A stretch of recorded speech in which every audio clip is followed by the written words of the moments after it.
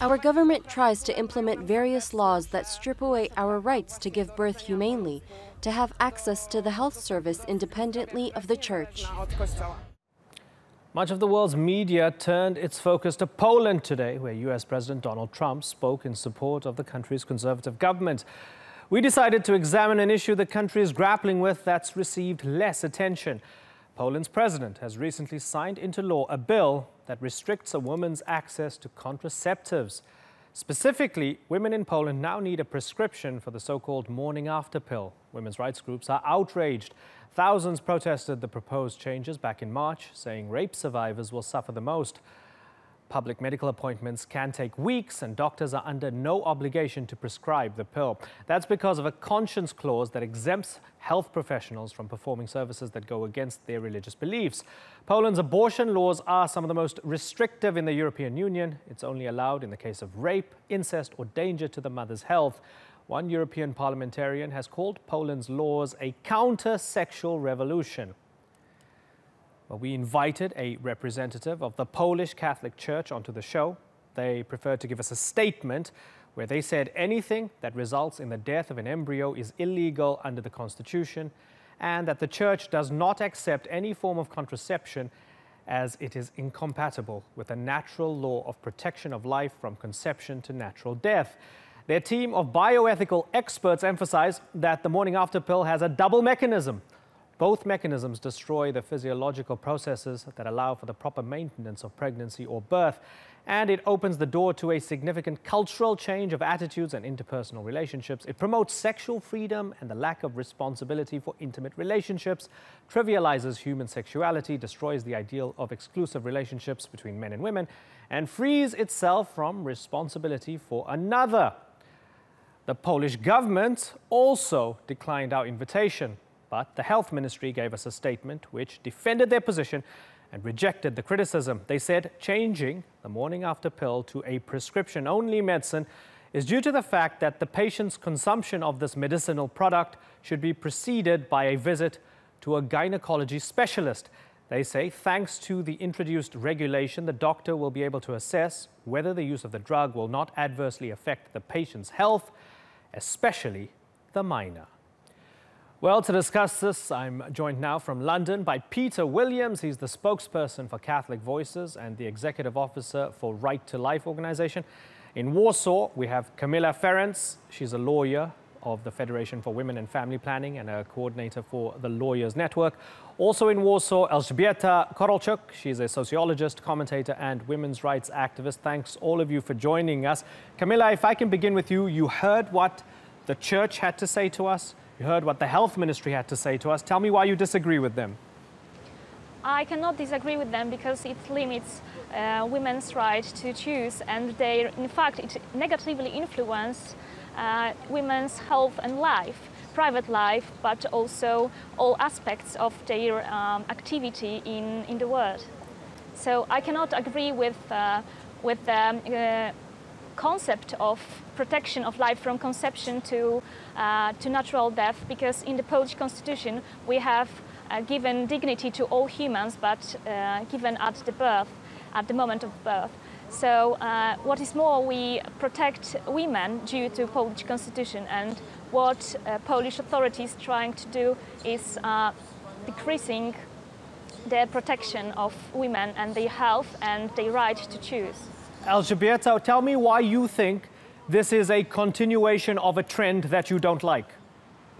Basically, it shows quite dangerous trends concerning not only gender issues and gender equality, but also disregard for medical science and democratic procedures. Because at the same time, when the government introduces regulations concerning the morning after pill being only on prescription, being available only on prescription, at the same time they loosen regulations concerning Viagra-like drugs, which has serious side effects. So it shows that women cannot make choices for themselves, but men obviously are able to. Secondly, there is a fact, medical fact, that these medications actually prevent fertilization process, while the church and some of the right-wing opponents of this medication being available to women claim that this is abortion pill, which is simply not true. And thirdly, this is another case of the situation where vital decisions about women's health and rights are made without wide social consultations. And this is a very dangerous trend for democracy. Peter Williams, our other two guests, the two Polish women, believe that this is a clear violation of women's rights. They're right, aren't they?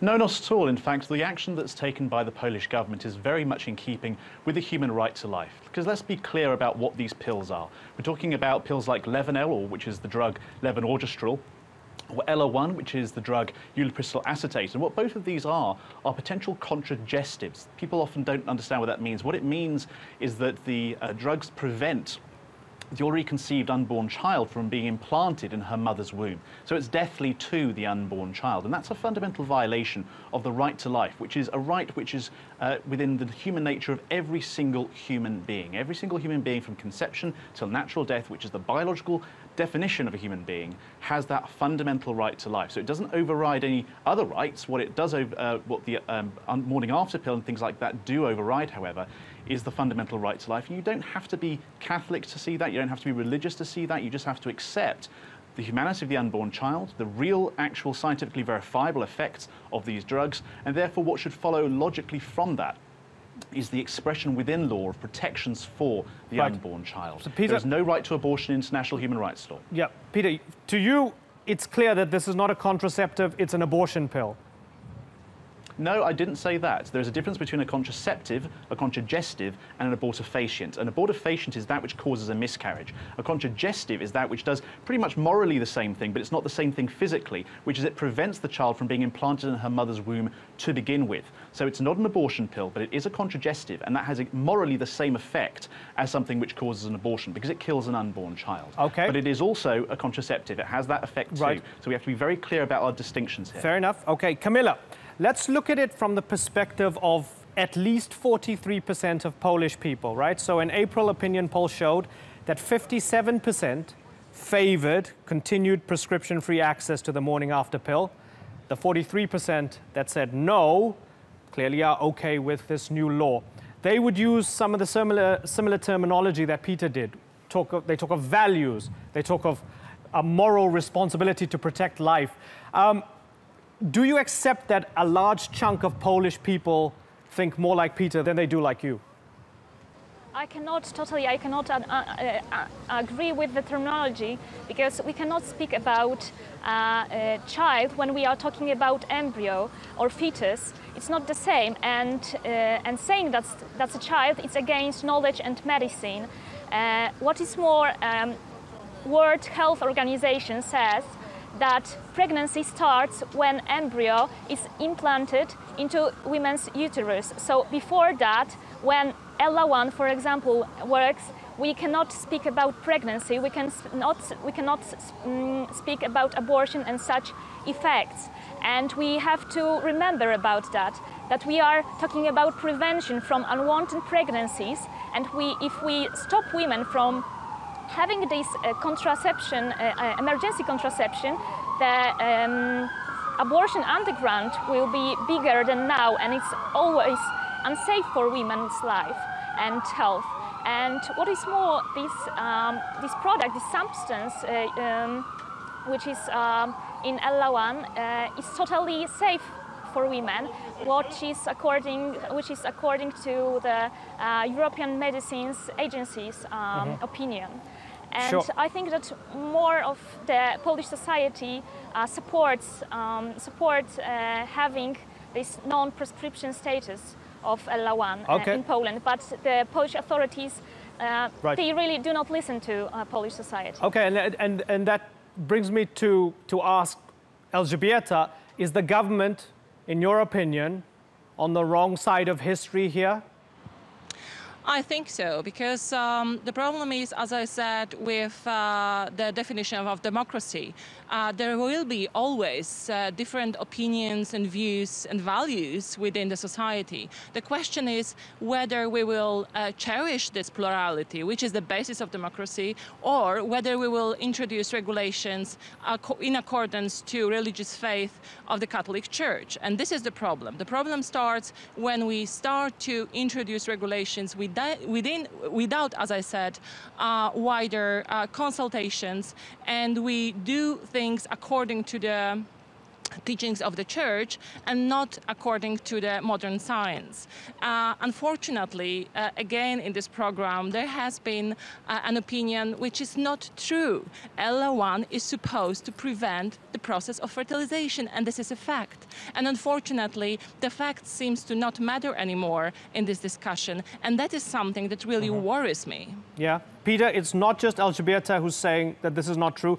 The European Medicines Agency guidelines were also along the lines of, hey, this is not dangerous. It may help rape victims. It will make things better for people who don't want unwanted pregnancies. Peter, there were some accusations against you. You can respond. I certainly will respond. I think the facts of the matter need to be borne in mind, both biological facts and the facts about these particular drugs. I made it very clear earlier that this is, yes, a contraceptive drug, but it's also a contragestive drug. The beginning of pregnancy is irrelevant to that, because a contragestive drug works to prevent an already conceived human being from implanting in her mother's womb. This is something which is admitted by the Food and Drug Administration in the United States. This is something which is admitted by the American College of Obstetricians and Gynecologists. It's something admitted by the British National Health Service. So I'm afraid this is simply a matter of fact. This is a contragestive form of drug, Peter, and it does destroy an unborn child. Position, so therefore, the right to life, which is the fundamental right, which is the basis of democracy, because democracy has to be based on liberty and human rights, and human rights include the right to life, that has to therefore include the right to life of the unborn child, which both of the other speakers have unfortunately forgotten in what they're saying. The unborn child begins at conception, and we, as human beings, end at natural death. You cannot deny. It might be different in Polish, but in English, the definition of an unborn child is an unborn human being, and the unborn human being begins, as every embryological textbook worth its salt will tell you, at the point of conception. So I'm afraid there's no debating on the facts here. This is a matter of an unborn child being destroyed by a drug which is not an abortion pill, but it is a contragestive. And if you're not willing to admit that, then you simply haven't got the requisite knowledge to be able to comment on this subject. Okay, well, we have a democratic debate here. Elżbieta, you want to come in? Yeah, actually, I think that the problem becomes when people try to overcome science and try to, make definitions up as it suits them. Because unfortunately, there is no moment of conception. There is a process of conception which takes sometimes hours, sometimes days, and this is science.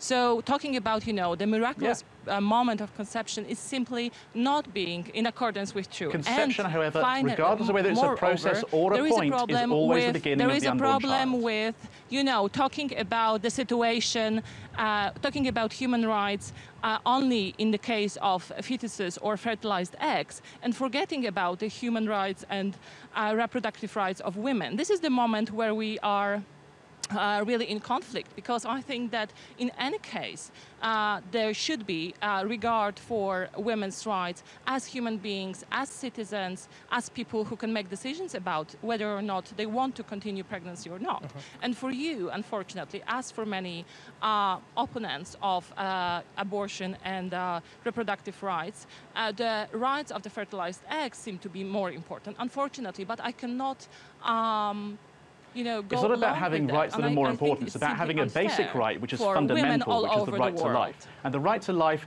is absolutely basic for every single human being. I mean, you can call it whatever you want. It doesn't change the facts. There is no right to have your unborn child destroyed. There simply is no such thing as a right to abortion under international human rights law or by any kind of philosophical logic. And whilst you may be willing to completely reject and ignore the findings of the Food and Drug Administration in the United States or the American College of Obstetricians and Gynecologists or the British NHS, nonetheless, the facts are there. And I know that abortion lobbyists don't want to admit these facts, but they are there nonetheless. Okay, certainly you made your point. Camilla also has a right to free speech, and I want to bring her in now.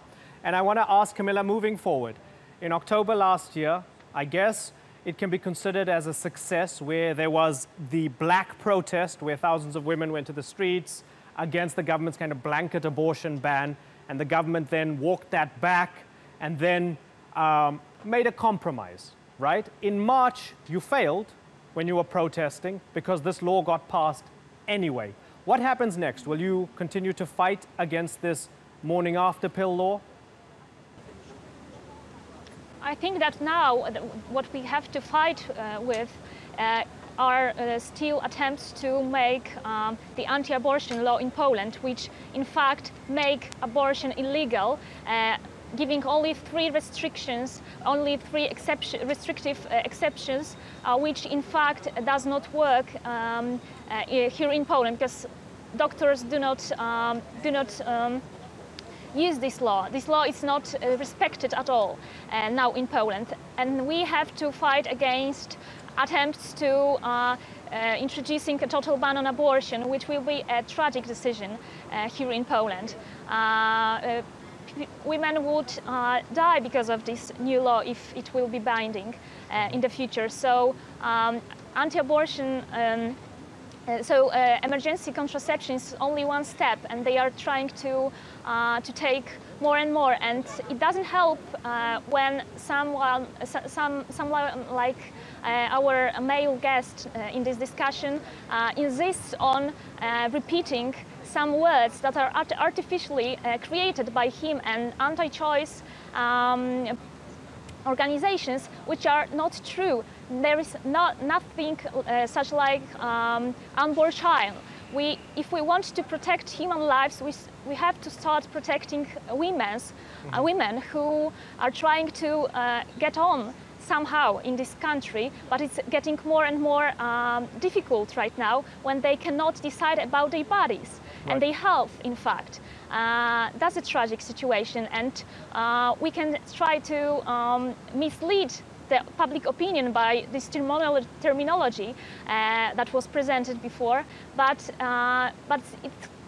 it leads to nowhere. We have to start to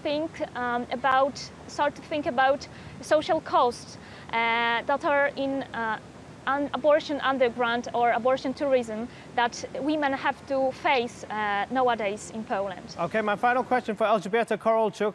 Elżbieta, can Poland still be a modern secular democracy as a part of the European Union, underpinned by Catholic values, that still has complete freedom for women?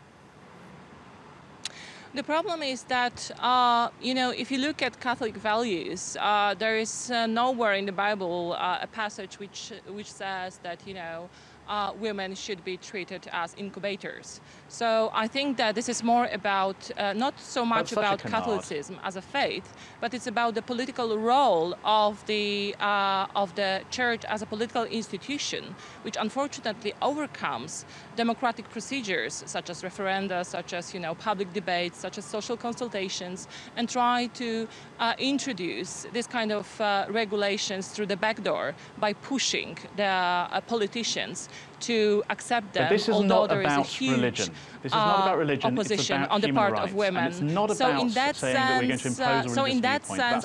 As I said, it is not about the religion. It is about, unfortunately, the undemocratic attitude of the church as an institution. And this is something that saddens me, because the Catholic faith can be something wonderful, but unfortunately, often it isn't. And in that sense, I'm afraid that what is being done in the field of women's rights, reproductive rights, but also other types of rights, is in conflict with the human rights definition, with the European values, and in that sense, it is a part of a larger process of Poland becoming more authoritarian and less democratic. And this is something that really saddens me and makes me worried about the future, and the fact that people who claim that they fight for human rights from other countries support this kind of undemocratic tendencies is even more sad and unfathomable. Okay, Elżbieta and Camilla and Peter, I apologize because I've got to move on to other segments, but I thank you very much for joining us. Well, I really think you should have given me the last word there. Okay.